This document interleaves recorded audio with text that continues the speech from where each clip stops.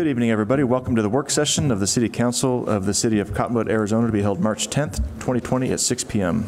If you could please have the clerk take the roll. Councilmember Henry? Here. Councilmember Halls? Here. Councilmember Howdy? Here. Councilmember Nairn? Here. Councilmember Wilden? Here. Vice Mayor Matthews? Here. Mayor Alinsky? Here. Thank you. Okay, items for discussion, consideration, and possible direction to staff. We have two items this evening. First is a discussion and possible direction to staff to further investigate a request by Spring Creek Holdings, LLC, for the city to commit to provide potable water for the proposed Spring Creek Ranch residential development. We have Mr. Whitmer here with us this evening. And I know we have a lot of folks in the audience this evening who are interested in this topic. We weren't sure how many to expect this evening. Looks like a fairly small number of you, which is good. This is a work session of the City Council, so there actually won't be any public comment this evening, but we all welcome you to email us your concerns, either for or against this proposal, and let us know how you feel about this by email. That'd be great. I'm sure there's going to be many more opportunities where there'll be public hearings and whatever, where you can participate in public, but there's a lot of other ways to participate in this process just by simply engaging your council. So thank you again for being here. Mr. Whitmer. Thank you. Mr. Mayor, members of council, I'm Tom Whitmer. I'm the Utilities Director for the City of Cottonwood. As most of you may or may not be aware, the City of Cottonwood back in 2009 happened to purchase a well from Spring Creek Ranch with the intent of actually supplying water to the proposed development at that time. One reason or another, that development never did take place. And since then, a lot of things have changed. And now Spring Creek has developed a new master plan development that they would like to present to you tonight for the express purpose of enlightening you as to what they're actually proposing. But more importantly, what they're going to be doing is requesting direction, or requesting of you that you provide direction either for or against actually looking at doing a feasibility study of what it would take to deliver water to that, look at the pros and cons, find out if it's feasible or not, and then come back with a recommendation to you as to whether or not staff recommends delivering water to the development. Tonight we've got Eric Borowski and his daughter Lisa Borowski. They'll be making the presentation. I think it's starting off with Lisa tonight. So with that, I will turn it over to them. Before you step down, Mr. Whitmer, do we have any questions from council for Mr. Whitmer? No, the write-up was clear. Okay. I had one question about in 2009 when we purchased the water company out there, did we have any interaction with the landowner at that time? Yeah, it was still the Borowskis. It was still the Borowskis with some partners, I believe, that they were involved with at that time. Okay. In addition to buying the well, we bought the storage tank and the infrastructure that was put in the ground at that point in time for phase one of the proposed development, which was approximately 98 lots, I believe. Mm-hmm. Okay. Great. Thank you. All right. Good evening. Thank you. Good evening, Mayor, Vice Mayor, members of the council. First, I'd like to thank you for having us here today and allowing us to talk to you about our proposed project going forward in Yavapai County. And we are here today to discuss the idea of provision of potable water, a question that has come up frequently throughout our application process. On September 27th of 2019 or thereabout, we filed with the Yavapai County our application for a zone map change from RCU 2A to a PAD. And the purpose of our request is to allow for our master plan community to move forward, be approved, move forward, and developed.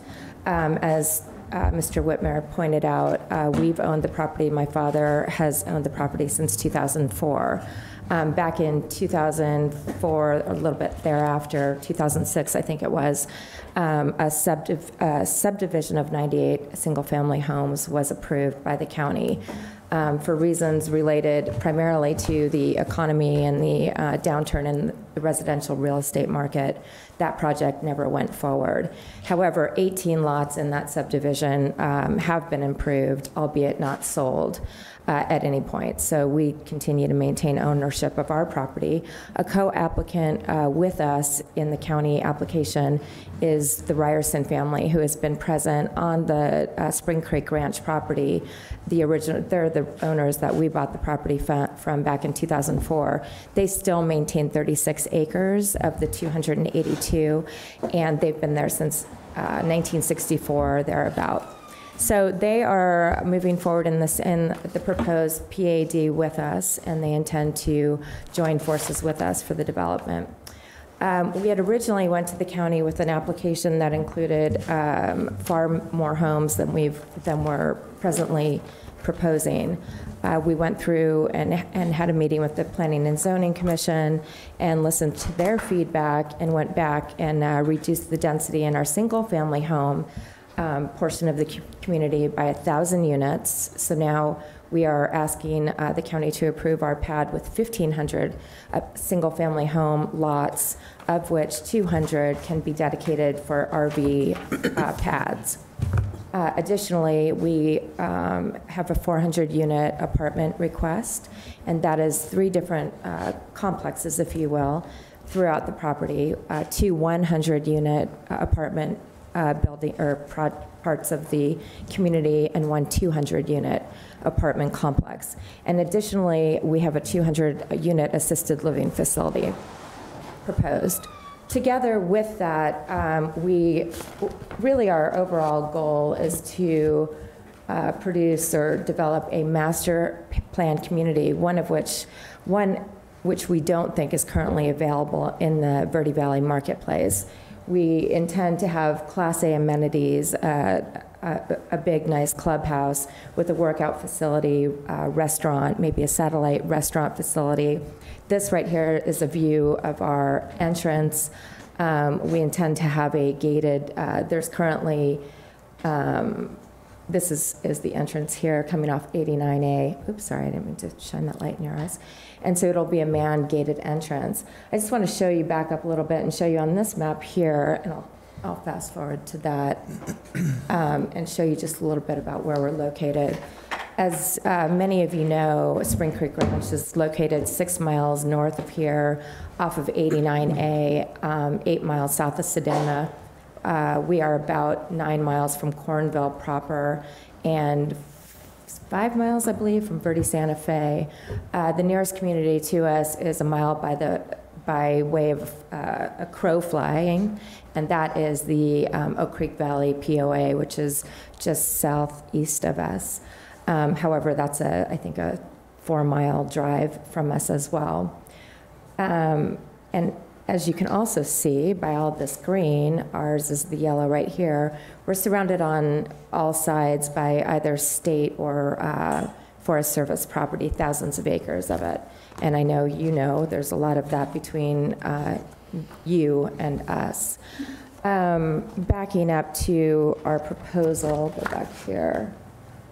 So going through here, I've gone over the list of uses that we intend to include. We're going to have 28% plus open space, which exceeds the county requirements. Spring Creek runs through the center of the property and pumps out, and there's been some debate over this, which we've talked to Tom Wilmer about, and we understand what the dispute is and how I think both comments are right. But Spring Creek itself pumps out 6.5 million gallons of water through the property. It originates just on our property at the northern border and flows down through and terminates or continues through our property and joins eventually with Oak Creek. One thing that we intend to do that we think is going to be a really nice feature is to improve the area of the creek for here's a shot of it right here, for the Spring Creek Park and walking trail. That will be a 57-acre portion of the use, which we believe will be, of course, our greatest attribute and amenity, people to enjoy that natural setting with the creek. It will be improved in a way that's not intrusive to the land, just a path that would be safe for people to travel on.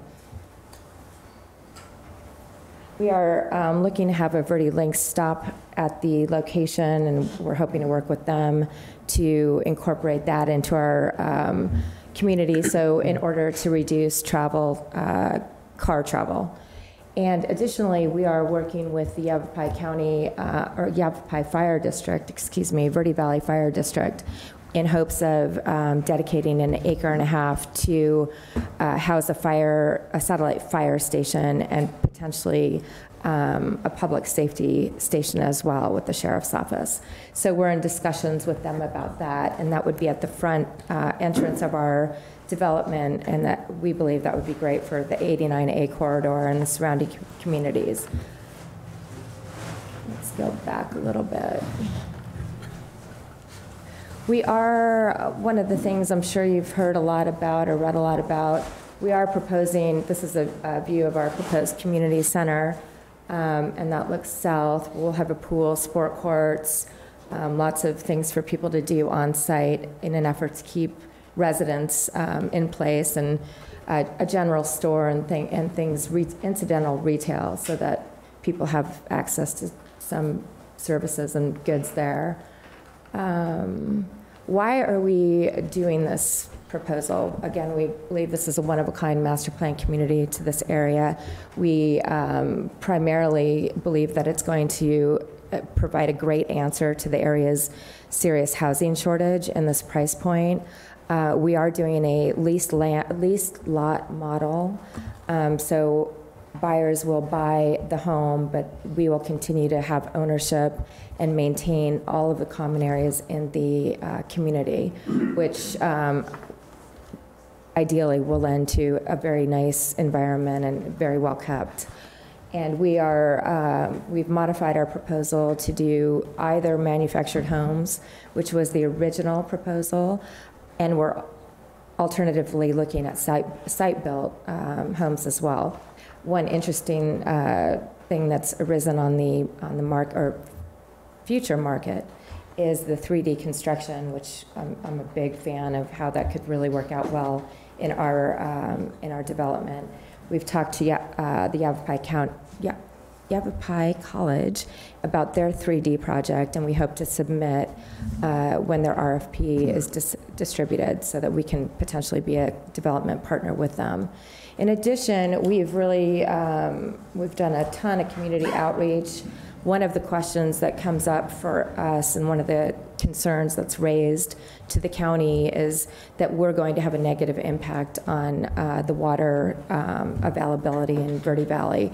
We believe, based on our studies that we've done and the information that we have available to us, that that's not the case at all. And so we're working on dispelling that myth or concern. At the same time, one of the other questions that arises frequently is, well, who's going to provide your water? And while Cottonwood did buy the water system back in 2009, and we believe it seems likely and rather evident, certainly taking nothing for granted, it seems to make sense for Cottonwood to provide the water, given the fact that you own the system there on site. And so today we're here to talk a little bit about the project, answer any questions that you have about it, and really ask for direction. We've had discussions, I should say, with Tom Whitmer and your city manager, Mr. Corbin, about doing the water provision. And of course, it's a council, we're asking for council to direct or authorize them to work and take a look at that, and the expense of that, the benefit, the pros and cons, so that perhaps we can come back to you with a request for a memorandum of understanding, letter of intent, direction that you want to do that in the future, if approved. Looking onward here, I think I've gone over all that. Talked about this. Let's see. I think you all know these facts here. Housing options and prices. We are offering, again, what we think will provide a real good option for the housing shortage and the affordable or workforce that's a term that I believe is interchangeable, housing market. Our homes will start at $100,000. The manufactured homes, and ideally if there's a site-built one, it will start at a price that's at or about that, but that, of course, is the struggle. We're looking at manufactured homes in order to keep the price point at that $100,000 or not too far above that. And we are leasing lots for starting at $650 a month, which, given the amenities that we'll be providing on site, we believe is certainly competitive in the marketplace for housing options. When you look at HOA fees, for example, and condominium associations. Our apartment rentals are targeted at $1,000 to $1,200 per apartment at this point. That will be potentially, that will vary according to the market study that we undertake at the point where we got approved. The assisted living facility, we intend to have a provider that does the management of that is skilled in that space, and so we don't have the prices available at this time. But we do understand there's a great need in the community for assisted living options. We hear from people that is a very big need in the community, waiting lists and lack of options. This is a sample model home. As many of you know, I think there's plenty of manufactured home communities in this area, and they are getting really, really nice. I candidly was very surprised when we went down and looked at a Casa Grande community where we will have model homes on site just like they do, but the new manufactured homes are just gorgeous. I mean, when you're inside, you certainly cannot tell the difference between that and a site-built standard home. And the upgrades are fantastic as well. This is just a sample interior, give you an idea. So we are looking to engage in sustainable building practices in every regard possible. We intend to use the same vegetation that occurs naturally. And if we need to move any existing vegetation, we're going to be looking to populate that throughout the community.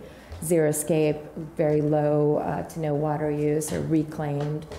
We're going to be using solar on all the community buildings and incentivizing homeowners to utilize the same. Enhanced wildland urban interface, the WUI construction would be on the 2 rows on the perimeter, just to enhance any fire retardant or benefit prevention. We're working on, we have currently, the access is out to 89A. That's our primary ingress and egress. And we have a couple of alternatives for our emergency access that we're undertaking and confirming. There's another site of our park. I think that's one I showed you earlier.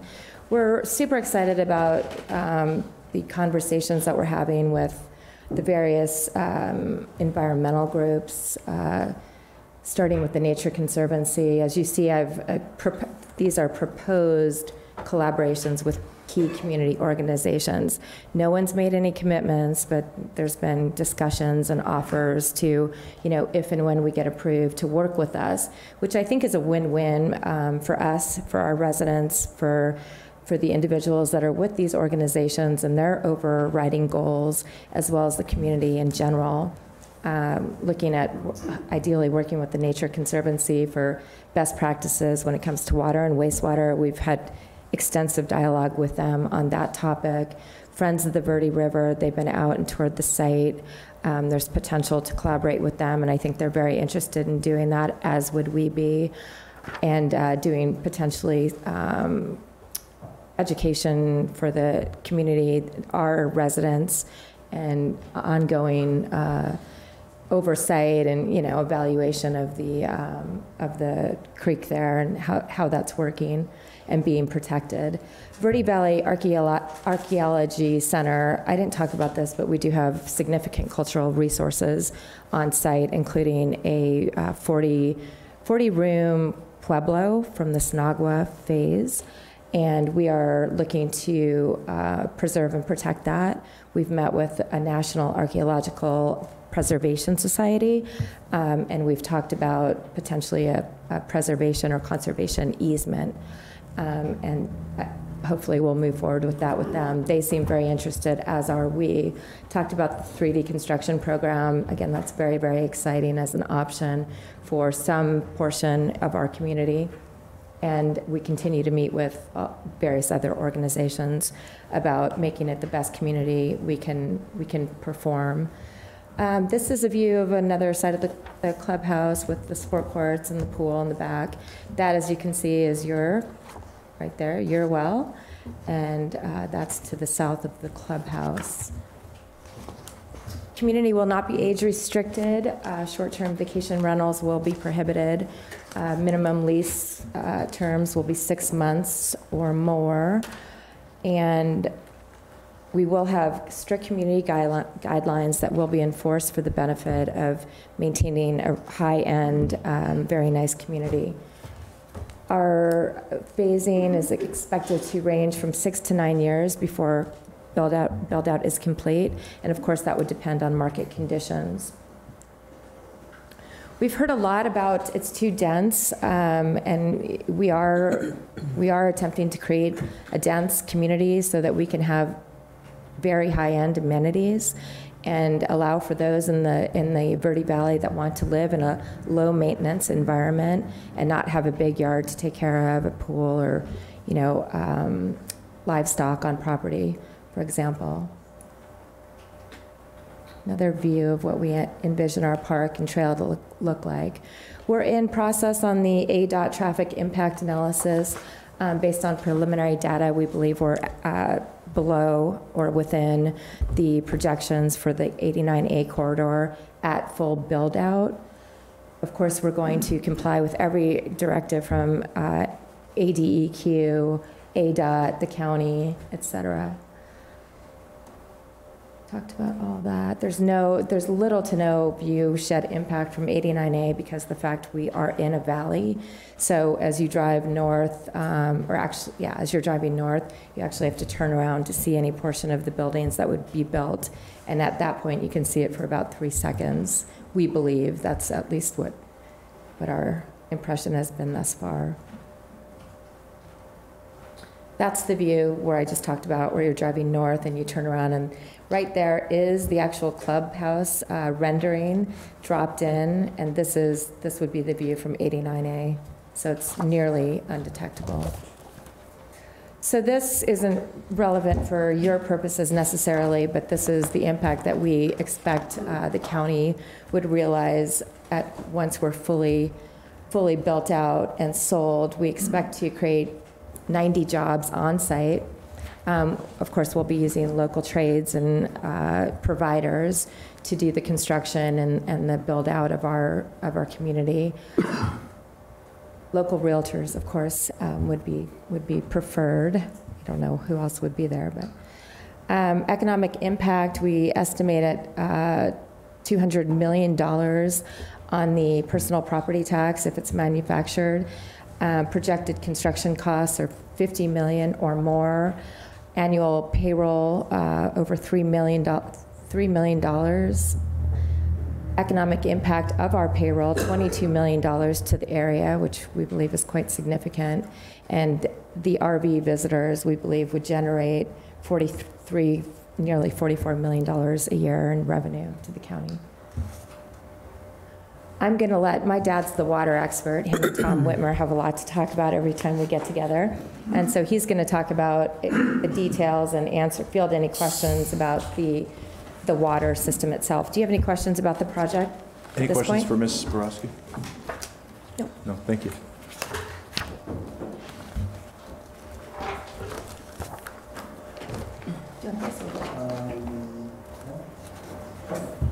Good evening. Evening. Mr. Mayor, who's Vice Mayor?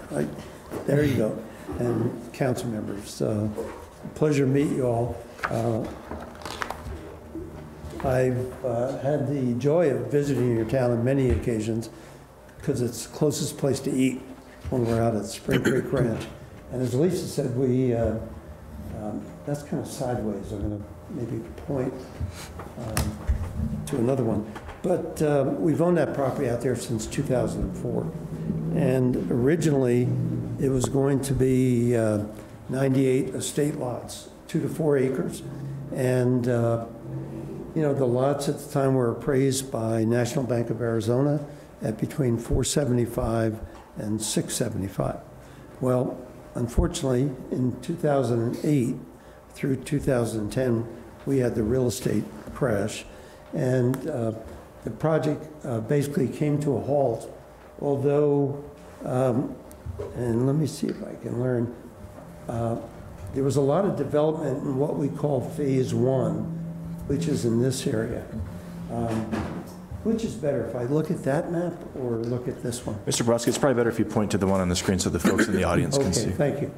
Okay, well, this is east. North would be in this direction. Highway 89A from Cottonwood to Sedona kind of goes in this direction. Everything to the east and to the north and to the south of us is Coconino National Forest, as Lisa pointed out.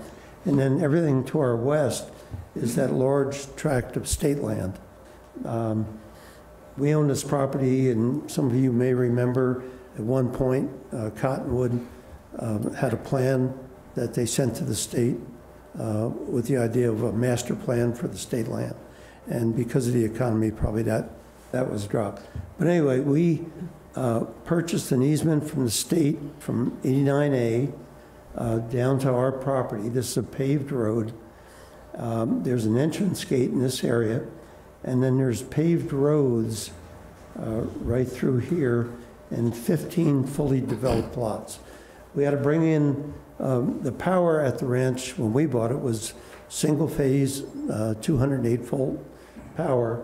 So we had APS brought in 12,500 volt power, 3-phase, from Oak Creek Valley subdivision down on Oak Creek, down in this area. And everything on the property is underground. So all the utilities that we installed are underground power. There's a fiber optic cable that went from Sedona from Cottonwood to Sedona. We tapped into that out here on the highway and brought it in, so there's fiber optic cable. And then we drilled a well right in that area. Well, when the market crashed, National Bank was interested in getting their debt reduced, and they suggested, do you want to sell the well? Well, at that time, there was a gentleman by the name of Bob Hardy. Some of you may remember Bob. I forget his title at the time, but Bob and I worked very closely because we have a lot of surface water rights on the property too, but nobody knows the value of surface water rights until the adjudication is done. So Bob and I worked on this, and then Cottonwood hired a consultant to evaluate the well. And long story short, in June of, I believe it was June 2009, Cottonwood did purchase the well. We had an agreement at the time that Cottonwood could buy some of the surface water rights. And it was an interesting agreement. It said Cottonwood will have the right to buy a to-be-defined amount of surface water at a to-be-defined price for 1 year, because neither myself or Bob had any idea what the fair market value was. Lisa, how do I? Lisa pointed out, talk a little bit about the springs and the water. This area right here is a dry wash. That's Spring Creek as it goes under 89A. And when there's a flood, that will flow, okay? But in this area here, where you see this dense group of trees, there's cottonwood trees that are 3-4 foot in diameter. Well, right about here is the original spring. It's on the side of an embankment, and it's got a rock impoundment. And we'd be glad to show any of you that wants to take a tour of the property what it looked like. But within probably, let's just call it 1,000 feet right in this area. When you look at it, and I've got videos on my phone, but we don't have time to look at it. But as you look down in the water, you see water just bubbling up into the water, and it's carrying sand or little rock particles. But within 1,000 feet, the flow goes from nothing in this area to a measured distance by USGS and another private consultant of approximately 6 million gallons of water a day, which is a lot of water. And it flows down for 1.25 miles through our property. This is a mile, but this is our southern property line. That's our northern property line. That's a distance of 1 mile. Well, you can see where it flows. It leaves our property, goes on to Coconino National Forest property.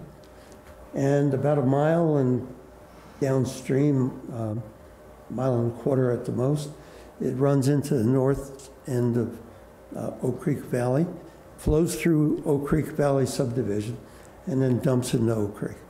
So that's it. Any questions while we're on that map? Any questions? Okay. Let's see, okay. We'll briefly go through this. This is the Cottonwood well. It was a brand new well that was drilled in 05, 06. And you saw where it was, just kind of on the south end of our property. The well was positioned there because the tank, which is a 250,000 gallon tank, is a big tank. And we wanted, since it was going to be 98 estate lots, we didn't want it visible from the entire property. And there was a hill, it was between two little hills. So we figured, well, there's water all over this property. So we just picked a spot for the tank first, and then we started drilling the well. Where the wellhead is, we're about 200 feet away from the running water in Spring Creek, and maybe 30 to 40 feet elevation higher. So we figured we'd hit water pretty quickly. We could hear the water. Well, we started drilling. We got to 100 feet, no water. We got to 200 feet, no water. We got to 300 feet, no water. And we figured, lucky us. The only place you could drill a well with no water, we found it. Well, we got to 375 feet right here, at which point the drill bit fell into what they described as a cavern. And the water came rushing up the pipe, this is an 8-inch diameter casing, to within 9 feet of the surface by itself. The hydrologists tell me that the water is under 150 pounds per square inch of pressure to be able to elevate in the pipe that high. We ran a lot of tests on the wells. Even before we drilled this well, and one thing to go back, let me go back to this picture. Your well is right here. You can see it. That's the tank, and the well's here. And there's a pump house there with 4 stainless steel pumps that are sequentially staged as demand is on the pumps. The purpose of those pumps is to provide fire hydrant pressure. I see, remember, the fire department is here. But we have fire hydrants in phase 1, and it was designed so we could provide fire pressure water up to the furthest point away from the pump house, which is 3/4 of a mile as the crow flies. So that's there, but the interesting thing about this property is that's not the only well. So the request is to direct staff to work with us to evaluate delivering water, tonight's request. But I want to point out that that's a brand new well. And we step tested it, which is a way of telling how productive the well is. Tom knows all these answers. But up to 600 gallons a minute. It dropped from 9 feet, I think, down into the maybe 30 feet. But to determine how productive it is, they measure how quick the recovery on the well is. Well, as soon as we shut the pump off, it basically instantaneously came back up to 12 feet, 13 feet. And then within a matter of an hour, it was back to 9 feet. But the Ryersons have another big well right about in this area. And that's got a 400-gallon-a-minute pump in it. There's a well up in this area right here that was drilled that we own. So there's 3 wells, 3 different owners. There's the city of Cottonwood, there's the Ryerson family, and then we own a well up here. Right? That well, how many of you were here when 89A was a 2-lane road and it was rebuilt to 4 lanes? Anybody remember that? Okay, we have a few people. Anyway, all 4 lanes were rebuilt into a divided highway.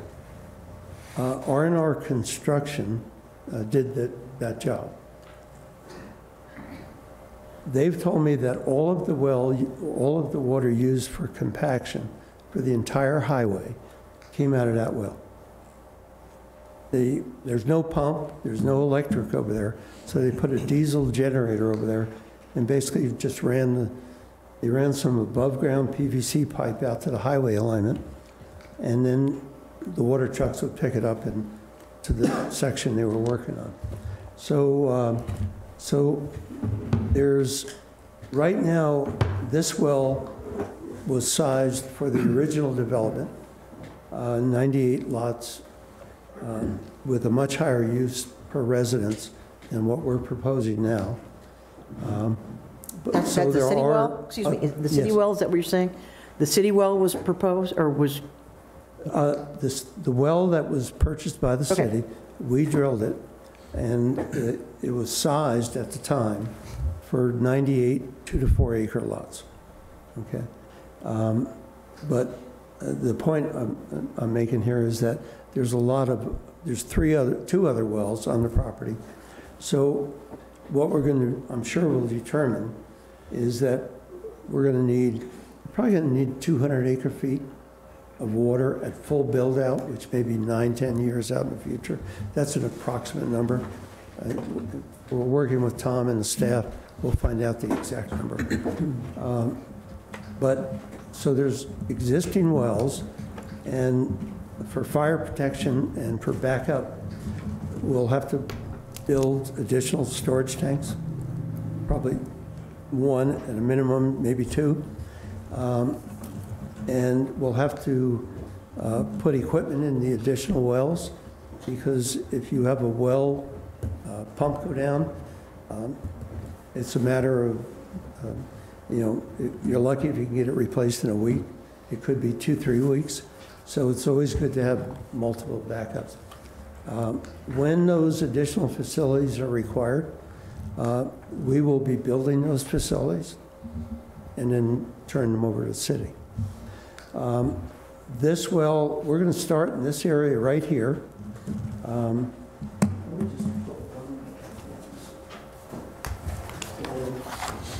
we have this on your presentation?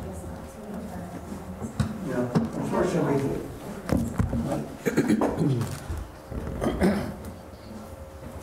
Oh, well, no, let's, because I'm going to use the next slide. Huh? Maybe I'll jump to the next slide while Lisa's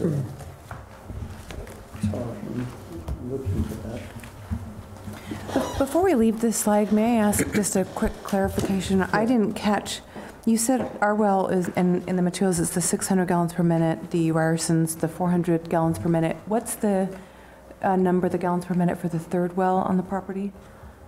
Well, very good question. The third well up in this area, when we first bought the property, one of the early things we did was we hired Earl Montgomery, which is a big hydrology firm, to determine just how much water is here.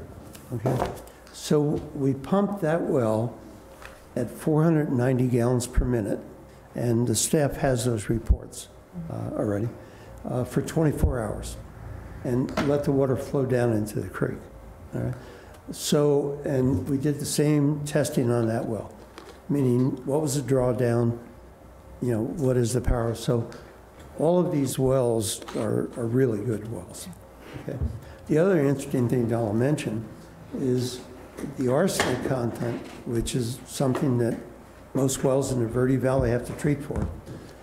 These have been tested several times, and when Cottonwood bought the well, they ran the test again, a city standard water quality test, and the arsenic level in the water coming out of all these wells and in the creek is less than the federal standard that requires treatment. Okay, and I was thinking about that. There was a question this weekend when we were at Oak Creek Valley, and normally arsenic appears as you withdraw water over rocks.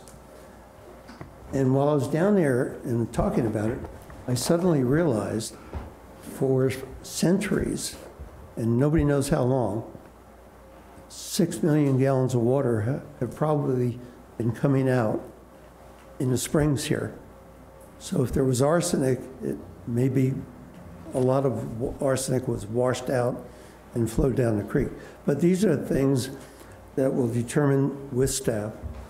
And if arsenic shows up, because on a municipal water supply, you're continuously testing the water. If arsenic shows up, you just have to install the treatment for it. So it's pretty good.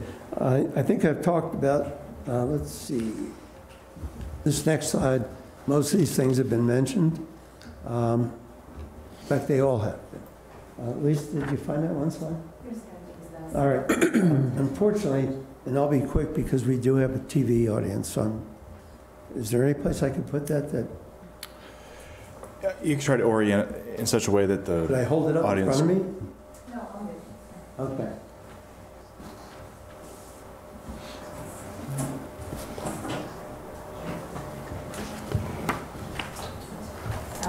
I think that'd be fine so the audience can see it. The camera won't be able to pick up on it, but we'll be okay.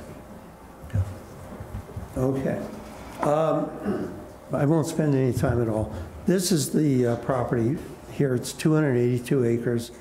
Entrance road comes in here. Entrance gate is here. We're going to start in the existing developed. That'll probably take 2 years just to fill that up. And once we get what we call phase 1, we'll move over here to phase 2. Lisa did mention we're going to put a wastewater treatment plant, although we are talking to your staff about there's a need for the 89 and Vine property or project. And also there's a retirement center being proposed near the Catholic Church out there for a Cottonwood area treatment plant. And we've said we'd prefer to just put a pipeline down from our property down to Cornville Road, if that can be done. But Lisa mentioned this park. In other words, the park is right through the center, which is the existing Spring Creek. And that's a 55-acre park. I know Cottonwood, it's got a park down along the Verde River now. And so it's going to be that concept, mainly for hiking, just for walking along a beautiful body of water. But that's the presentation. And again, the purpose of tonight was to ask the council to direct staff to evaluate supply and water. Very good. Thank you, Mr. Borowski. Any questions? Well, don't go far because I'm sure we're going to have some questions. Okay. Stick around. And I do appreciate the overview of the whole development. Of course, we're not here to comment on any of the land use that you're proposing. Of course, we're here simply because we own the water system out there. So that's how this really overlaps. So, Council, do we have any questions for staff, for the Borowskis, or anyone at this time?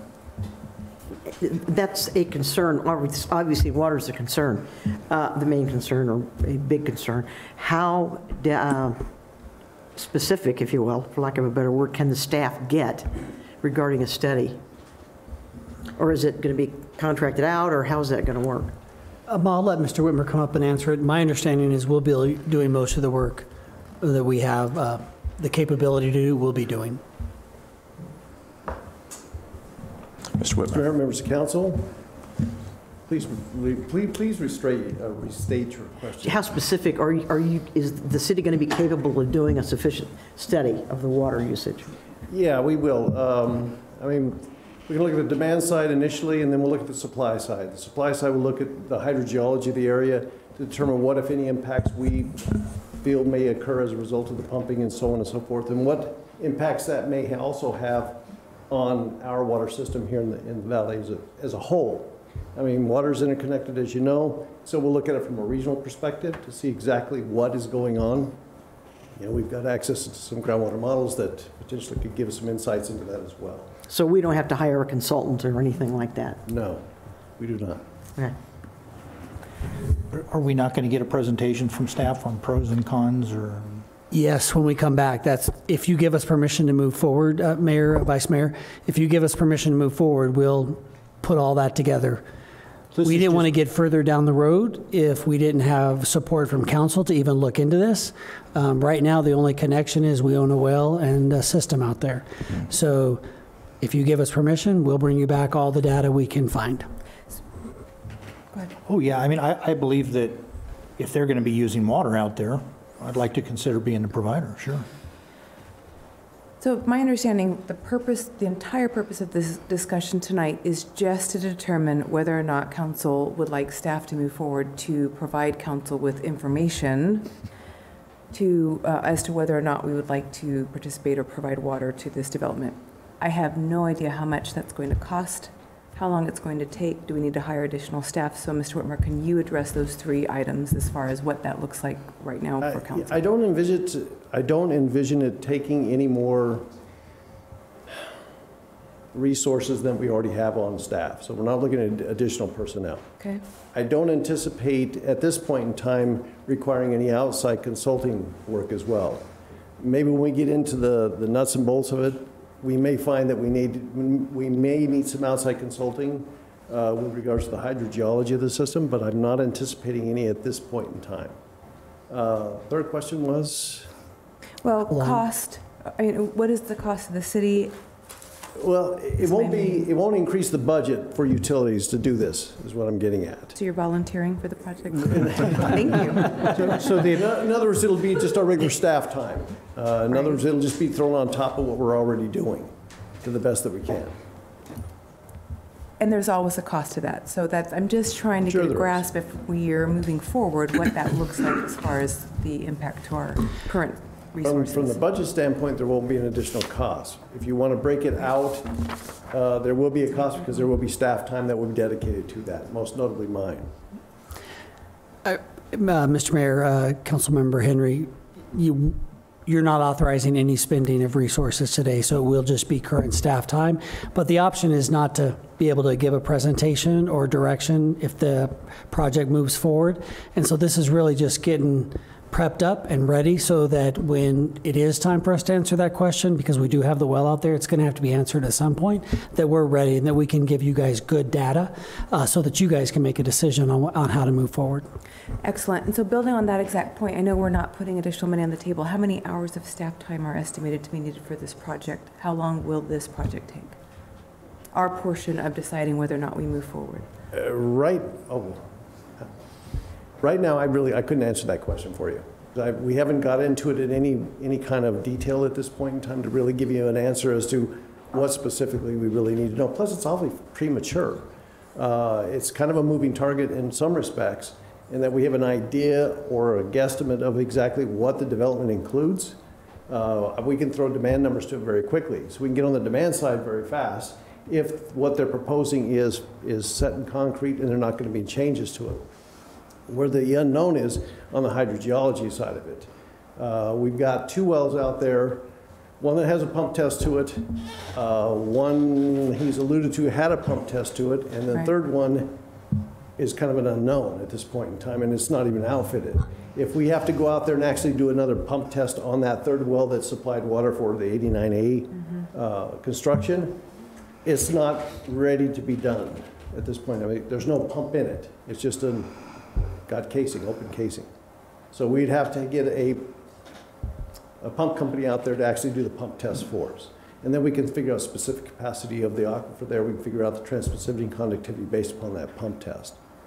Now, would the city pay for a pump test for a well we don't own, or would that cost be borne by some other entity like the owner? At this point in time, I'm not proposing that we take on any costs. Yeah, right. If we look at doing that, if we get to that level of detail, I'd be looking for resources from the Borowskis at that point in time to cover that cost. But at this point in time, no, we're not proposing that we put out any money to go out to a pump test on that third well. So we would likely treat this like any development where the developer pays for the infrastructure and turns it over to us. Okay. So go looping back around, it sounds as though we're not sure how long or what staff resources are needed to bring back information to council because we're not exactly clear on the project specifics, or did I misunderstand? On some of the things we don't, well, let's put it this way. With what we do know about the project, I can put together demand numbers fairly quickly. And when I say fairly quickly, I mean probably within the next week or two, I can put them together that fast. If those specifics that they presented tonight are hard and fast, we can put demand numbers together very quickly. It's the supply side is where the unknowns are. Understood. And I can start pulling together all that information as well.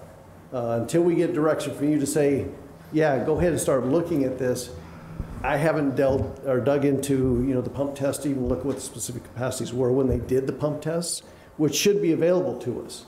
Mm-hmm. And then based upon that, we can come back with what we know and present to you with what we know. Mm-hmm. And then from there, if you say, here are the unknowns still, but here's what we do know, right, then you can say, all right, go get some more information. At that point in time, then there's going to be some costs that'll be incurred. And that's fair, Mr. Whitmer. I appreciate those answers. I see the challenges there with trying to get me some of the answers to the questions I'm asking. And, personally, water and our riparian environment, our natural resources are I think, a giant stated priority for this council and for this community. Mm-hmm. The flip side of that is housing has been a similarly important stated priority for this council and our community. So personally, on the assurance that we're not expending other than current staff resources, which that is still in itself an expenditure, sure, I feel comfortable moving forward, trusting you and our city manager to come back to council if we do need to start expending resources for the information on the supply, the hydrology, the other items like that. Just speaking personally. Mayor and Councilmember Henry, like the Vice Mayor said and Tom has alluded to, the personal property, including personal wells, we would not be spending money on. We would expect the developer to pay those fees and responsibilities. If I didn't think staff could do this within their current workload, I would be coming here with a different presentation. This is really, we just didn't want to spend a whole lot of resources at all without making sure council was at least interested in finding out some of the answers. If Tom comes to me and says, Ron, I can't do this, or we need to hire somebody, or I need to spend more time on this versus my regular duties, which are significant right now, then I would come back to council and we would go to Plan B. Mm-hmm. I think that's fair. I just don't know that I gleaned that from the staff report in the packet. So, thank you. If I could, and there'll be a couple of questions in this, but I just want to clarify, if we're going to start down this road, just to clarify with some things to get on public record. And we've talked about it before with the aquifer that's underneath us and how much water storage there is down there, how much natural recharge there is versus how much the Verde Valley uses as a whole. And they're talking about, at full build out, using 200 acre feet annually. So the general aquifer that we're on top of, is it Spring Creek? Is it seem to be isolated hydraulic? The spring itself seems to be isolated from the regional aquifer. And I based that upon the Errol Montgomery study that they did for them. Uh-huh. Also, you can judge it preliminarily based upon the fact that when they drilled that well that Mr. Borowski alluded to, for that to go to elevate that high into the casing itself indicates that you've got a confined system below there. Yeah. The confined system is one basically, in layman's terms, is kind of encapsulated and under pressure. That's why you get that upsurge in the casing itself. That's an indication that there is no direct connection within that system to the spring itself, because the spring is already relieving pressure. It's already discharging. Yeah. Springs typically discharge where you have hard rock material and you've got a perch system or an aquifer system that hits up against that bedrock material, and then it flows horizontally and discharges to the whatever. Because the biggest fear is, of course, everybody's fear, and they put it out there, running out of water. Sure. Drawing our water down. And the numbers on our aquifer, we're not anywhere close to that. Nothing close to that. So, all the wells in the Verde Valley pump between 12 and 14,000 acre foot a year. And we're talking about another 200 here. Anything out there that you know of that would indicate that pumping out that 200 from those wells out there would have any impact on the flow of that spring then? Not yet, because I haven't looked into it enough to know. I think it's, some of the preliminary stuff that I looked at when they first approached us doesn't give the indication that it would have the impact on the spring, but until we start digging into it a little more, it's hard to say. okay, thank you. Any other questions or comments for Mr. Whitmer? No, I just want to thank both Vice Mayor and Councilmember Henry for asking all the questions that I had in mind to ask myself. Sorry. No, it's okay. You guys Well, that's usually do a okay. good job of That's covering okay. our questions. Noted. I want to hear from you. I have just one question. What will prevent the Borowskis from just using the other two wells to provide water to their development? I think, Okay. no, I mean, they don't need us realistically. They could actually develop this and supply water to the development without us. Okay. Since we had the one well there, since we have the storage reservoir that we already own, Right.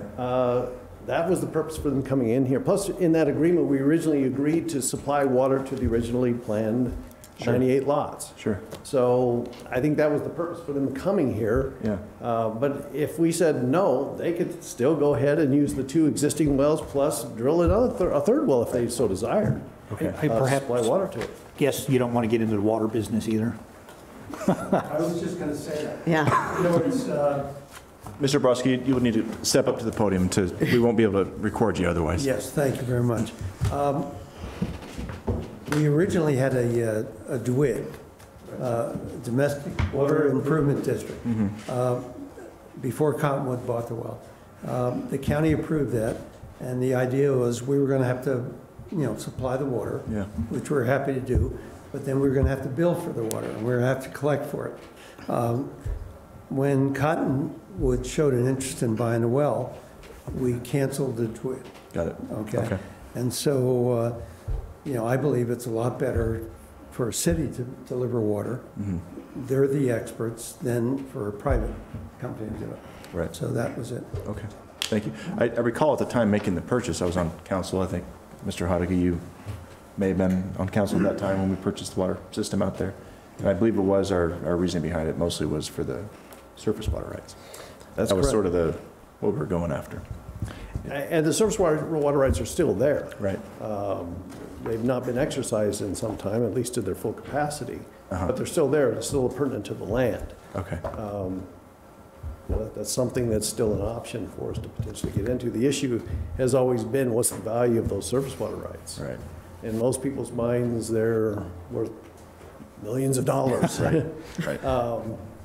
But secondly, you also run into the issue of exactly, you've got paper rights and you've got actual wet water rights. Right. Even though they fall into the same category, when you start looking at a severance and transfer of that water right so you can actually utilize it, you have to prove it up. You have to demonstrate how much of that water has actually been historically used. And therein lies the big question. You may have a piece of paper with a claim that claims 10,000 acre feet of water rights. Right. But realistically, you may have only used 40 acre feet of that. So when you go to do a severance and transfer, even though on paper you may have 1,000 acre feet of water rights or whatever, you're only going to be able to acquire those 40 acre feet if that's what you've historically used. And that's the big unknown on any of these surface water rights is how much can you actually get versus what's on the piece of paper. Right. And now we had a 1 year to exercise the option to purchase the water rights, Right. and that's since expired. It has, but the water rights are still there. Okay. Adjudication, I assume, will determine what those are. Eventually, yes, they will. They will do that. You could acquire them still at this point in time if they were open to selling them. You could acquire them, but you'd really want to look into it to see exactly what you're getting. Like I said, you know, the Perkins Ranch has one of the most senior water rights in the valley. And on paper, they have thousands of acre feet, but they've only irrigated 40 acres up there. So the most you're going to get out of that is probably 120 acre feet of the 1,000+ acre feet of water rights that they have on paper. Mm-hmm. And that's what you really need to look at when you start looking at these things. I mean, everybody looks at the piece of paper and says, wow, I've got lots of water rights. Mm-hmm. But when you start looking at it from a purchase standpoint and actually doing the severance and transfer to the city, what you're going to get isn't what's on that piece of paper most times. Right. Okay. Well, I think it's clear from tonight that we have a lot of questions that need answered, and the only way to do that is to get staff to study the issue, bring back more information so the council can make a better decision on how to move forward. Okay. Yeah. I think that's your direction then. Yes. Thank you, sir. Okay, very good. And folks in the audience, I know you must have many burning questions if we haven't already answered them, so if you do, please reach out to our staff, council as well. We're all here to help give you all the information that we have on this. So thanks again for being here this evening, and thank you to the Borowskis. Thank you.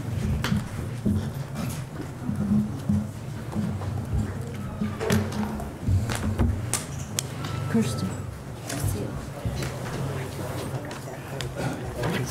No, I appreciate it. You did. So, I'll ask him afterward. I don't. I agree.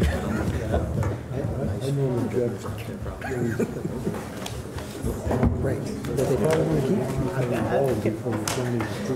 I told Ron this is him. That's my curiosity. Pretty controversial. Why didn't it work? A lot. It's not working fast. Yeah, I guess. Can't get No. Looks like a new tree.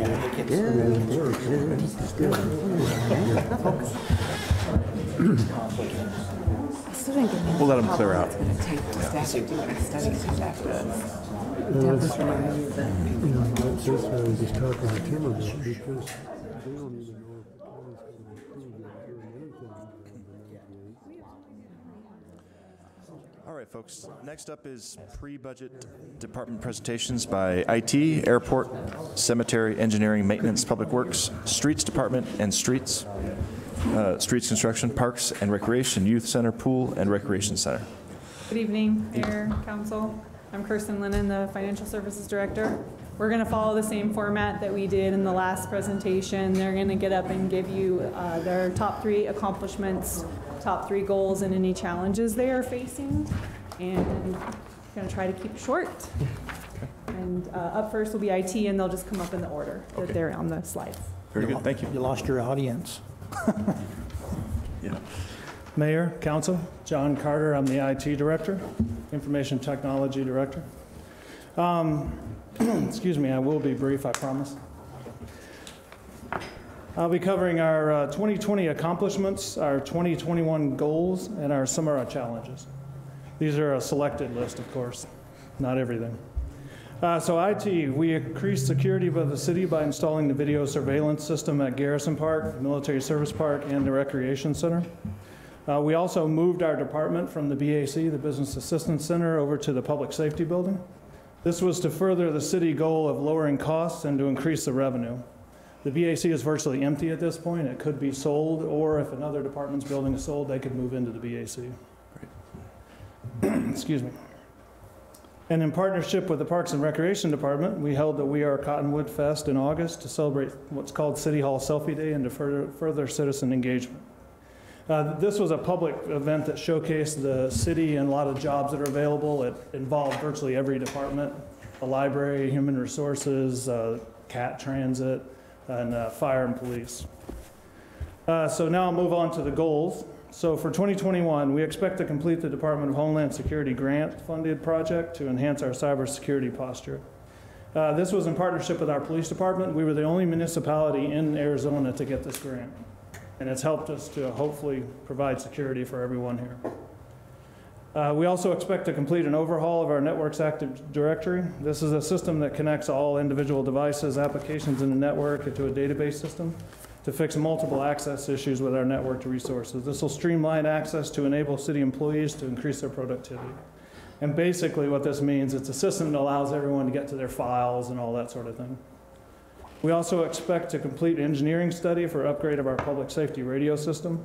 This engineering study will give us a firm understanding of the current state of our 911 radio system. It will also provide recommendations for improvement and then further enhancement of the system as we grow as a city. Now we'll move quickly to the challenges. We have both technological expertise gaps and we have a lack of personnel. On the technological expertise gaps, we have contracted a vendor to help us fill these knowledge gaps. In our proposed budget that we're coming up for next year, we've addressed this by increasing that number. Our lack of personnel, we've been down a position virtually all year. It's very hard to hire our techs, but we are currently hiring for this position now. And I promised I would be brief. That was brief. Take any questions you have? Can you give me some more detail, sir, on the technological expertise gaps? Yes, we have a small staff. So we have 6 folks. We have 1 contracted radio employee, and then myself as the 7th. Okay. We have several areas where we've proposed that we increase the positions. We have a lot of problems with systems administration, a lot of problems when we get to our web development, that sort of thing. Application development, we don't have anyone on staff for application development. There's so many areas in IT, it's very hard for a city of our size to cover those. Okay. So we often contract out with vendors. The problem being, of course, once they complete whatever project you've asked them to do, then they leave and you don't have that expertise to maintain and such. So you end up having to contract year after year to cover that. I see. Okay. If you had your the personnel that you lack, then could you fill some of the expertise gaps? Yes, we could. Obviously, a fully burdened employee is expensive and an ongoing thing. So sometimes this works out to where we can contract to a vendor. We are coming up with a proposal for this upcoming budget where we'll contract with the vendor for more hours and project staff. And what that'll do is it'll be less than a fully burdened systems administrator, but it'll provide a team of actually 4 people with the vendor, so you actually get more expertise spread across more areas. Okay. And then it's a year-to-year contract, of course, so you wouldn't have to worry about a fully burdened employee year after year for your sake. Okay. Mayor, if I can just add, the fantastic IT team, everything from the neighborhood resource officer map, our GIS gentlemen, our team is just phenomenal. The security that they do, keeping our system secure and our facilities secure. We've already, since we've installed the cameras at our rec center and areas, it's paid off. It's enabled us to prevent or catch some criminal activity.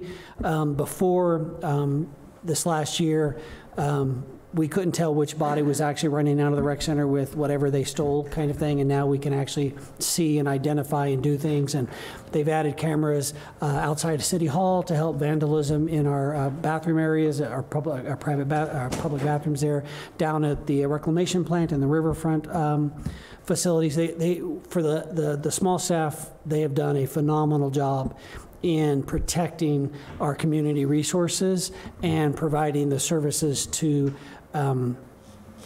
our staff. I came from a larger organization, and I'll take this team against any large city organization. They know how to do a lot with a little. My number 1 priority for them, he's listed a couple, is really the police department radio system. He's recommending, like he mentions there, hiring a gentleman or a firm to do a study to tell us what our best option is, whether it's to tear down and start over or to fix what we have. So that will be one of my top priorities in there for next year for IT. Good. Okay. Any other questions for Mr. Carter? I didn't have questions, but I did want to echo what our city manager said. I'm a complete technological idiot. I'm the first to say that. And throughout my tenure as a council member, the IT department has been prompt, professional, and very patient, which is huge, especially through when the mayor and I were hacked, and I was apparently emailing folks all over the world at all odd hours of the morning, to just forgetting how to log into my council iPad and account. Your department's just been really setting a high bar of good work, and I appreciate that. Thank you. On behalf of the team, thank you. I'll second that. Ron does a good job of keeping us abreast of everything you're doing, so. Thank you.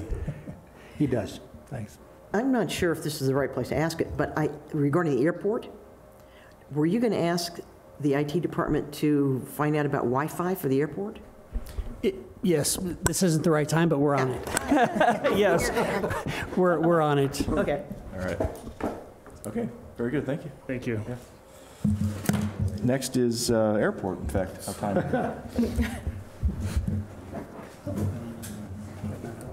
Evening. Good evening, Mr. Mayor, Robert Winnicke, Council, City Engineer, Public Works Director. Unfortunately, you're going to have to bear with me for the next 7 sections because they all fall under my control. Airport semi, so I won't take all the credit for that one. We're going to talk a little bit about some flux of departments, land, some air, no sea, unfortunately. But we got project beautification, lots of different things going on. The airport, you'll see, is pretty light this year. Big reason for that is we have a master plan that we just kicked off, and we want to go ahead and be able to get that really kind of complete and move forward into next year. Talking with our consultant, they will actually be on site this Thursday, doing an inventory, doing some meet and greet with some of the tenants that we have at the airport, trying to understand more of that so they can actually explain to them the master plan process, but also to go ahead and gather information for the study itself that they're doing. We actually just hired a new part-time airport manager. He started today. Tomorrow. Tomorrow. It's supposed to be tomorrow. You're off, I apologize. No, my bad. So right now it's really trying to lay the groundwork, get everything in order, so that way when we come to next year's budget cycle, we can go ahead and say, we've got this master plan behind us that shows what we need to do, what we can chase for grants, and what we need for matching funds. Mm-hmm. So that's kind of the big thing. We are also, the big thing for this year in 2020 was to renegotiate a location for the hang gliders to land that's outside of the safe operation area to actually make it safer for all users of the airport. Good. Any questions for Mr. Winnicke? Okay. That was simple. Let's see if we get this brief on the next one. Okay. Yes. You know, now we're going to talk about cemetery. So, Cottonwood Cemetery, we have a few things going on there. We've got some goals. We want to go ahead and get the cemetery off of potable water. Potable water is expensive. It depletes our resources for drinking, so we want to use our reclaimed resources. So we started off by this year designing a reclaimed water line to go from the riverfront plant to the cemetery, which will go ahead and ultimately take that off. We're working with the Nature Conservancy to identify a funding source for construction of that. So we're working with them right now. Hopefully we'll get that in the budget for next year to actually get that taken care of.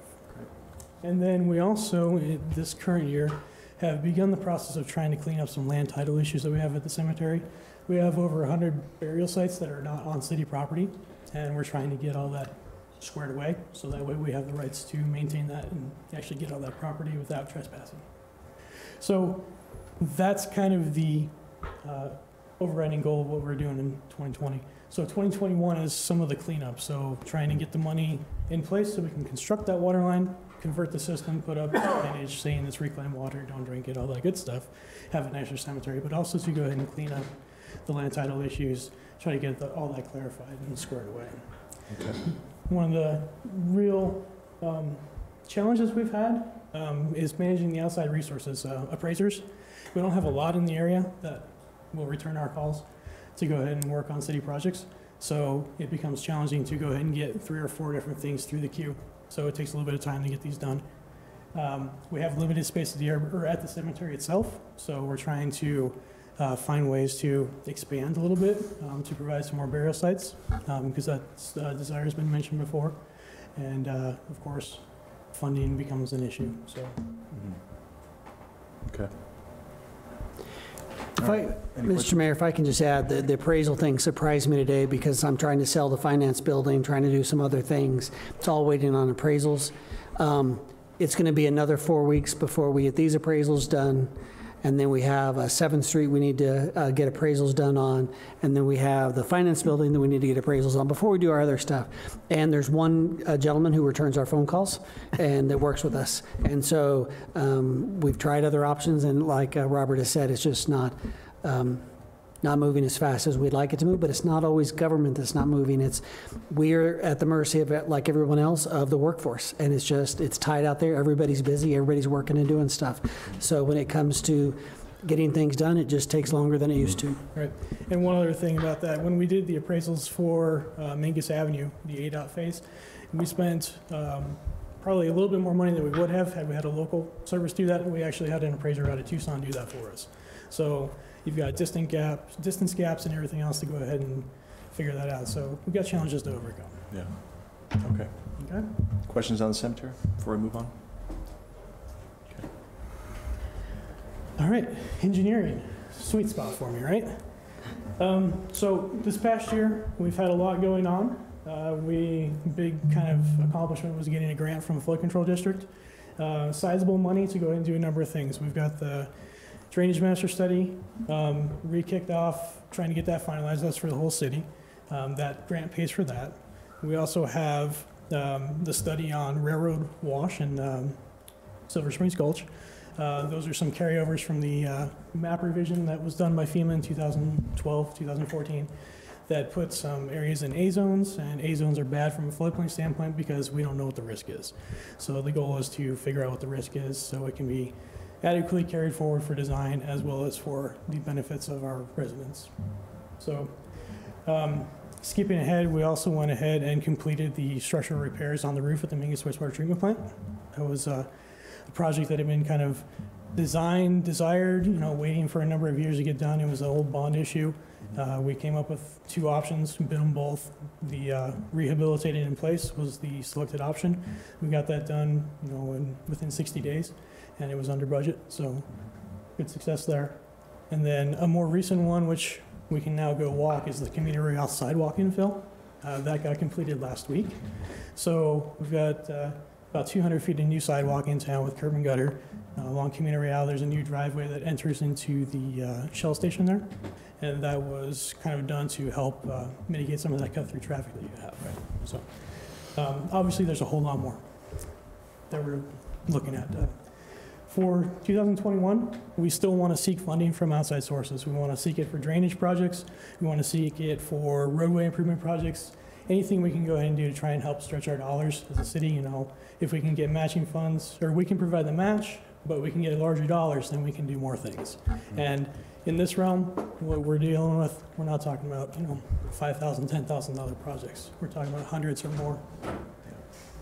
And then the other thing I'd like to do is to focus on our review times for developments that come in, is to actually reduce our turnaround time on those plans. We've been prior to last year, we were averaging over 20 days. We were able to cut that down during this past fiscal year to 14 days. We'd like to get that down a little bit tighter to about 10 days. So just trying to expedite things a little bit faster, turn around. Great. And then, we kind of talked about the challenges, but again, the outside resources, that seems to be a challenge. The industry right now is really hot. Design consultants are busy, contractors are busy, so trying to get everything to work may slow things down a little bit. That's kind of what we're seeing at times right now. I just had a quick question, if I Sure, could. please. Just on your last goal for fiscal year 2021, reducing the review time for the development projects, is that a factor of increased staff? Is that tied to the funding, or can you explain what your plan is to try to meet that goal? Well, during this past year, we went ahead and moved over an employee from the wastewater side, and he had an engineering degree, Alex.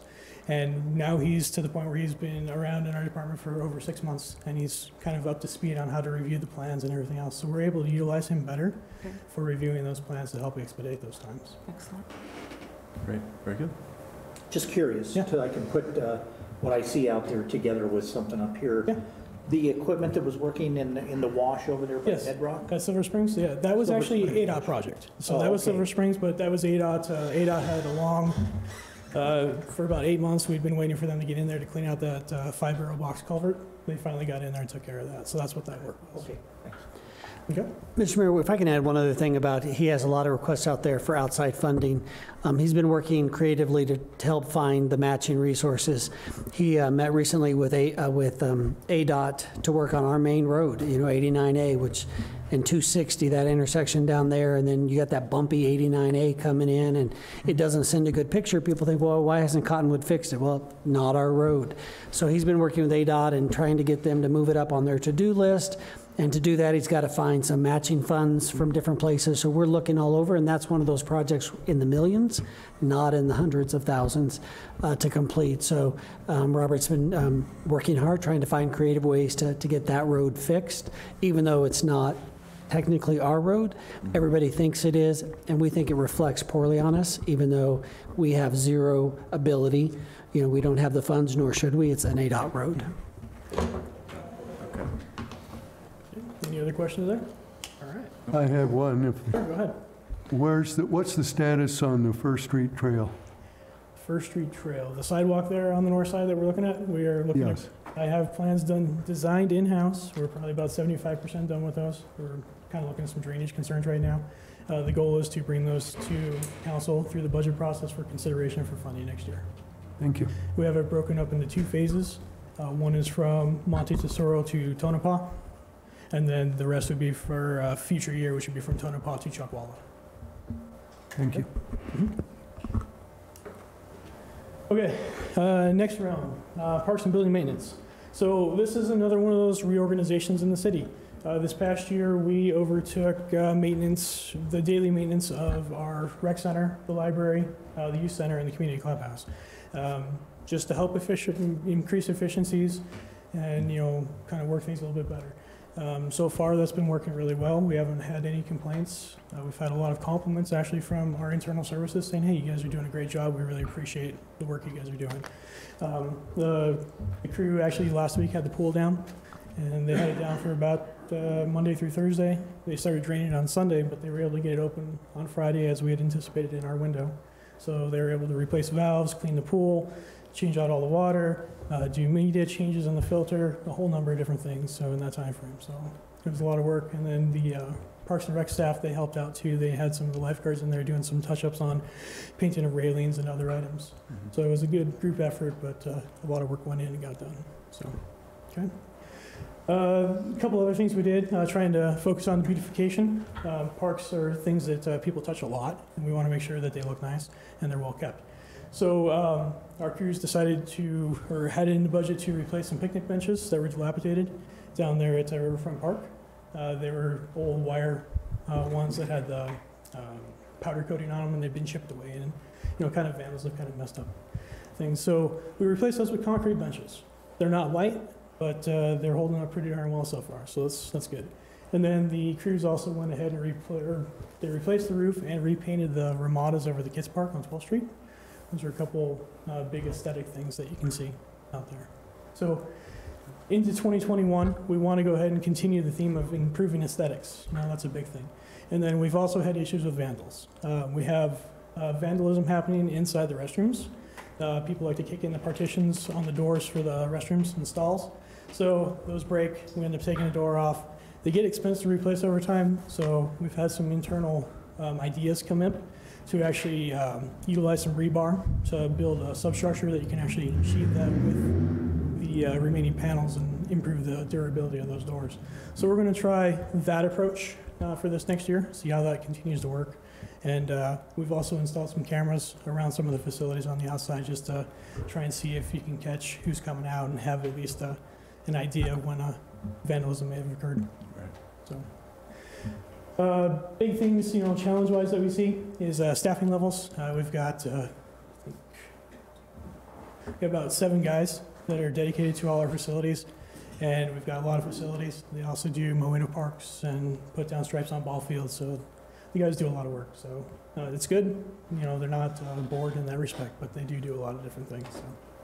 And then old habits of internal expectations, just trying to get everybody to feel the new way that we're trying to do things. You know, we want to make sure that we establish this new process of doing work orders for everything, because we have the staff that's now dedicated to all the facilities, not just specifically to, you know, 2 or 3 different areas.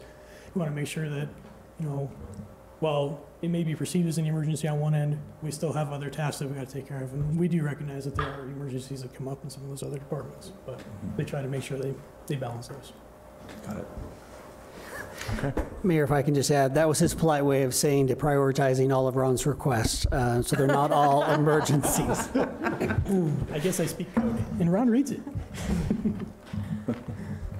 All right. Any questions on Parks and Building Maintenance? I do notice and appreciate the beautification efforts across town, so Good. it's very much appreciated. Thank you. And Ron is in line. He does give us a few calls. Mr. Mayor, I don't like to pick out certain groups. I am so proud to be a part of this team, but a lot of Robert's teams have really stepped up with the beautification of our buildings and fixing things from Old Town. From when I got here, they painted the trash cans on Main Street to make those look better. They're doing a better job of picking up trash and weeds and all those things that still need to be done. It is a season. But their responsiveness and the work that they do in our parks and at the rec center and all over, it's impressive with the amount of crew that they have. They do a fantastic job. That's good. You don't always notice if it's done, but you certainly notice if it's not being done. Absolutely, you're right. Thank you. Okay, Public Works. So Public Works is more of an administrative function of a lot of the departments that I oversee. They handle more of the trying to come up with what the overall goal is. You know, we want to go ahead and develop pavement condition maps. That way we can have informed decisions as to how we go ahead and tackle the roads to do surfacing on or needing replacement. Same thing with the sidewalks. So for 2020, we were able to complete both of those. The pavement preservation map was an outcome of that, or pavement preservation project that you guys approved last week was an outcome of that, based on the condition assessment maps we developed. And that basically is, you know, you go out there, you look at the road, you kind of look at what kind of cracks there are, what the surface looks like, a whole bunch of different factors that go into it. You look at the age and what some of the previous treatments may be.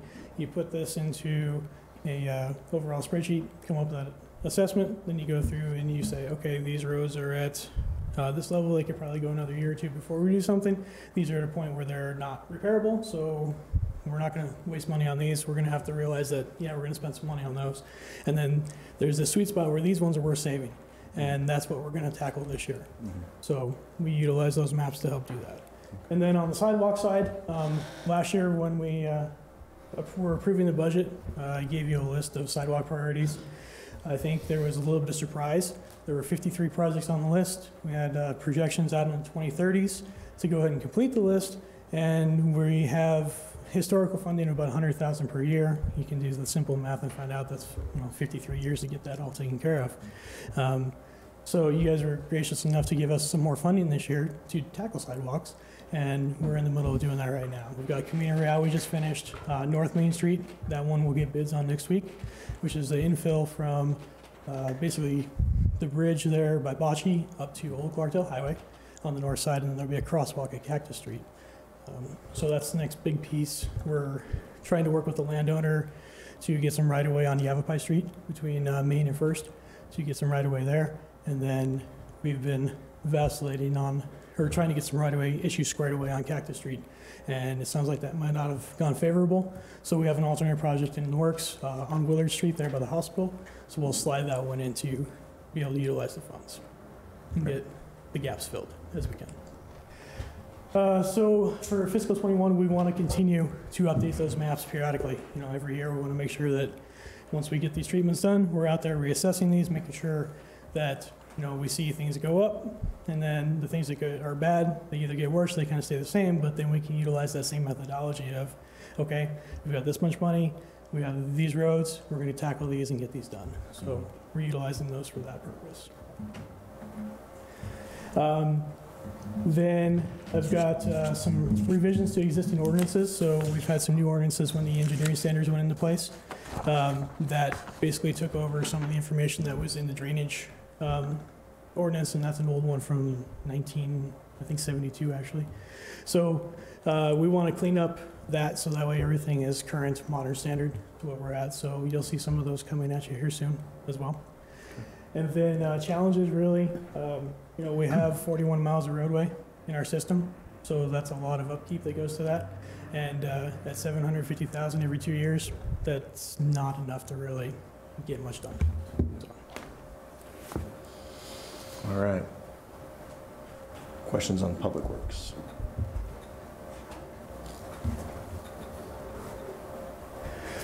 Street maintenance. This kind of goes hand in hand with Public Works.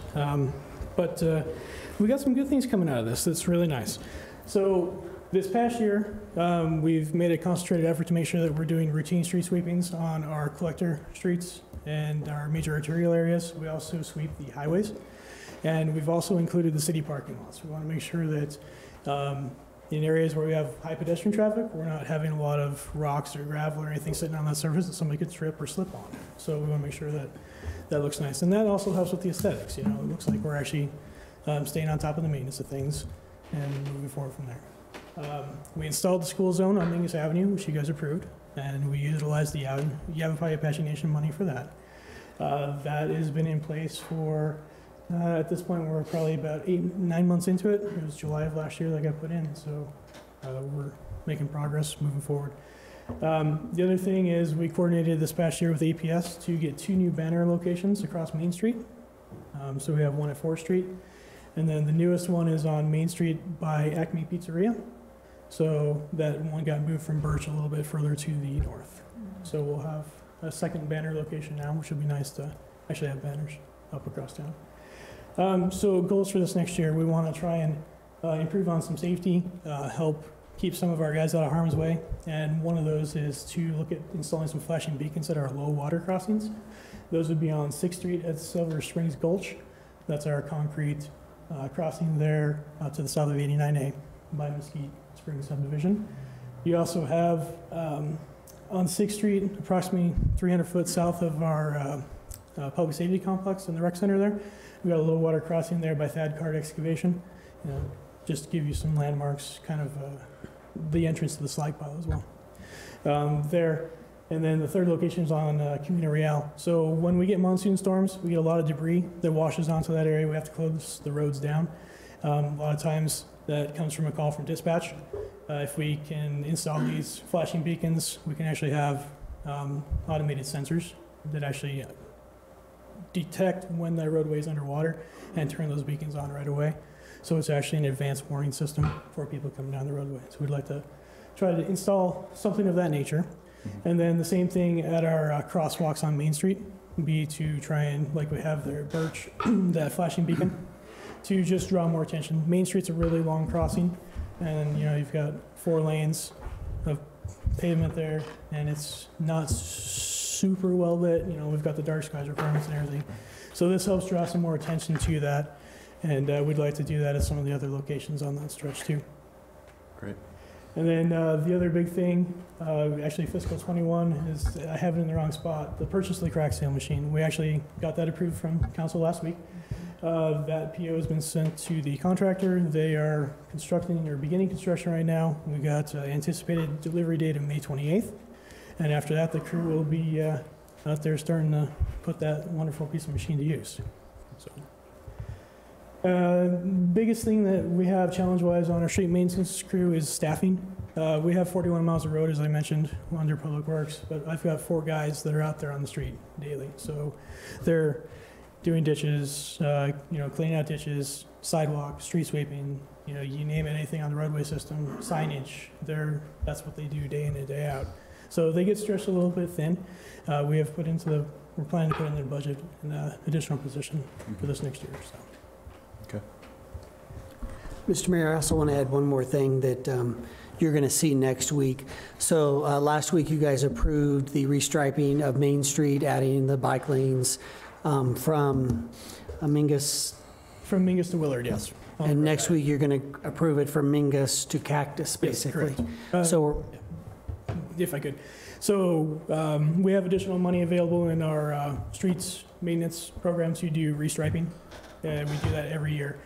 To go ahead and do the work on alternate A, which was from Willard to Cactus Street through Old Town to reconfigure the parking and the lanes and everything, was $155,000. So we'll be bringing that to you guys next week for consideration to actually make the overall limits of the road diet from Mingus to Cactus. Adding parking spaces to Old Town, making it more bike friendly. Very excited that we're able to finish, well, there's still a 3rd phase, but to at least get more of it done. Yeah. Very excited about that. I think it's great for our biking community and adding parking to Old Town. Very good. I'm very happy to see more installation of the beacons, crosswalks on Main Street. I mean, it really is, there's a lot going on down there. And even during the day, it's just really difficult to watch everything that's going on, and a pedestrian is so easily overlooked.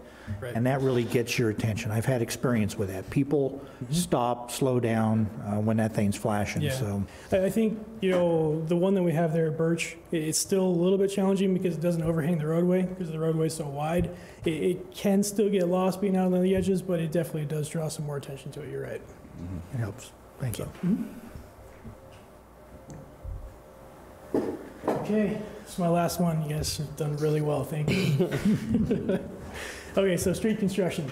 Obviously, we have a long list of projects that we're trying to get done. We're in the middle of getting done. We're trying to get kicked off.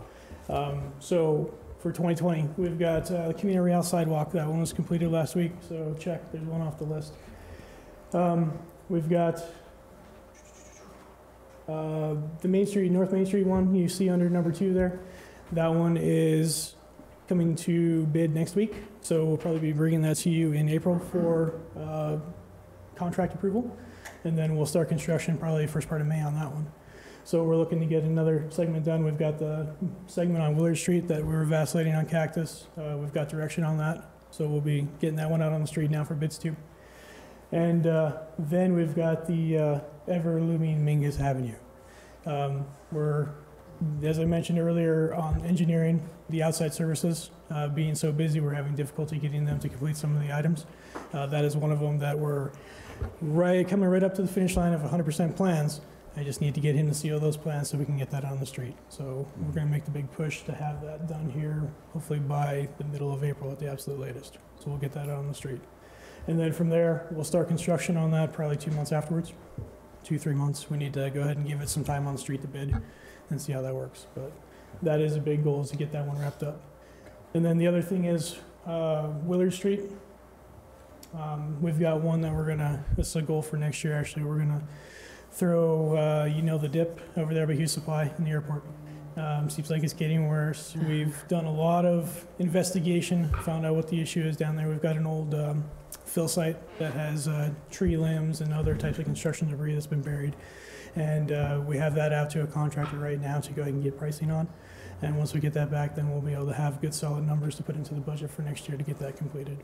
Got it. So, and with that, we're also going to try and utilize the hillside there at Cottonwood Street and Willard by Spectrum. We got some right-of-way earlier this year for that. We would cut that back as a safety improvement to improve the site visibility at that intersection, but utilize that material as fill for the roadway. So, trying to kill 2 birds with 1 stone and maximize our efforts here. Got it. Okay, and then obviously the road diet is a big thing we want to go ahead and get done. We had thought we were just going to be able to do phase 1, which was from Mingus to Willard. We found some additional funding that we can actually do that next phase to come through Old Town. And ultimately, we would like to do the section that goes all the way down to Walgreens from Mingus. Okay. So I'll entertain any questions you have on this. Any questions? When are you going to start on Willard and Cottonwood Street, taking that hill down? So that is going to be part of the actual dip repair. And right now, it's not budgeted for this year. It'll be this next fiscal year that we're doing that. So it'll be after July 1. I get a lot of questions about that. I'm sure you do. It's a really dangerous situation. Yeah, we added some advisory speed signs to the dip warning signs that are along the roadway here probably about a month and a half ago, just to draw some more attention that yes, it's actually pretty severe. And we are aware that it is an issue. We keep watching it. From August to December of last year, it had only changed about 1/8 of an inch on depth of that dip. With our survey instruments, that could be, that's pretty much our tolerance on some of our collection. So it could be imperceptible. So it's not accelerating as bad as it appears, but we are keeping a close eye on it. The dip feels like an old friend. At some point, you're right, yeah. Yeah. Anything else? No, very good. Thank you. All right, thank you. Appreciate it.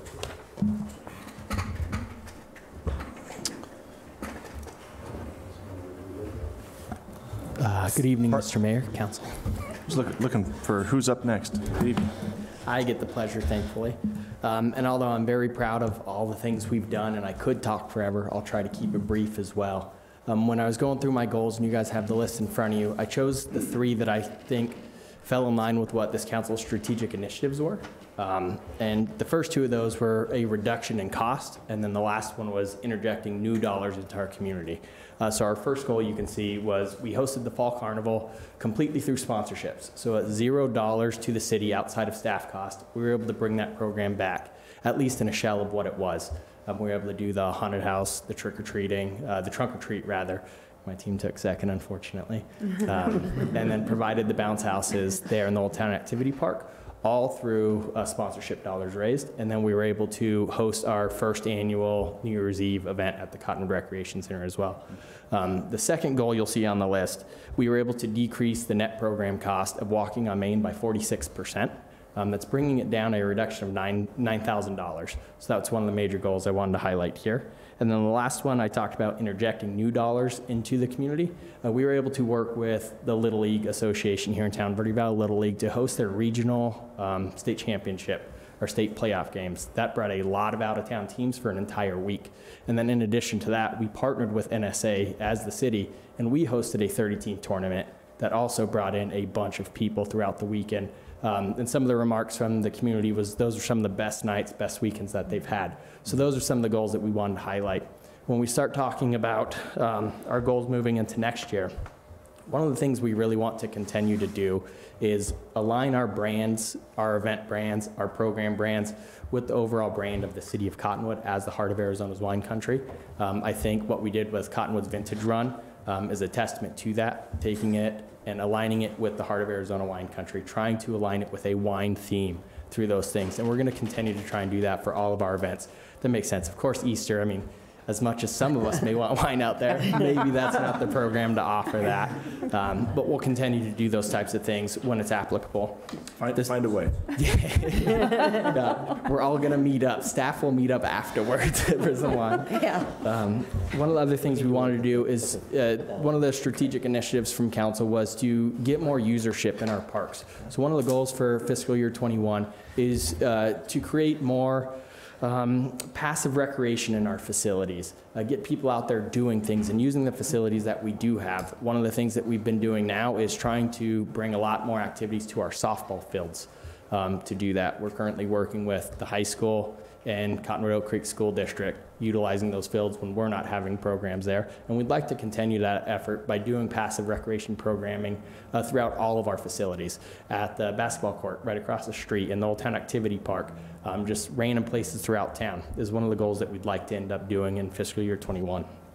And then the last goal that we have moving forward is to continue to create and identify those partnerships with local entities, local businesses, to help reduce that cost to the city to put on programs.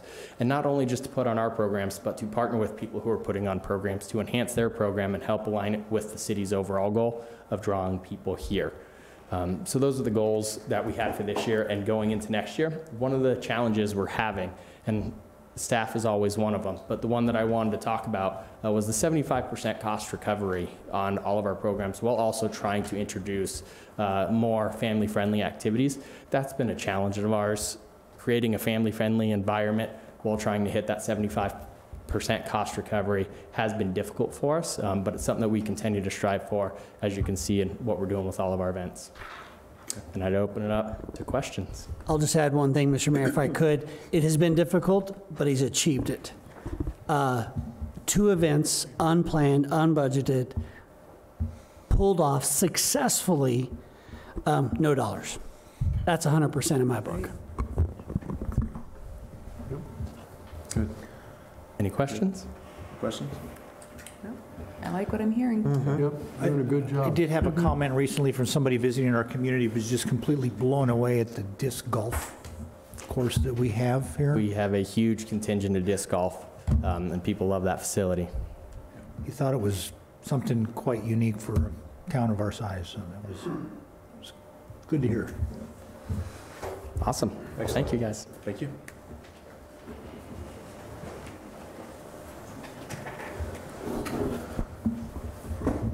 Evening.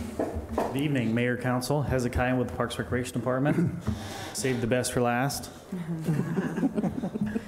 So I don't know if you've noticed this past year, but we have reinvented the way we do business at the Recreation Center. from customer service to hours, fees, the way we track our data, the brand, most importantly, the brand. A lot of people overlook that. That's the trust that we have with the community.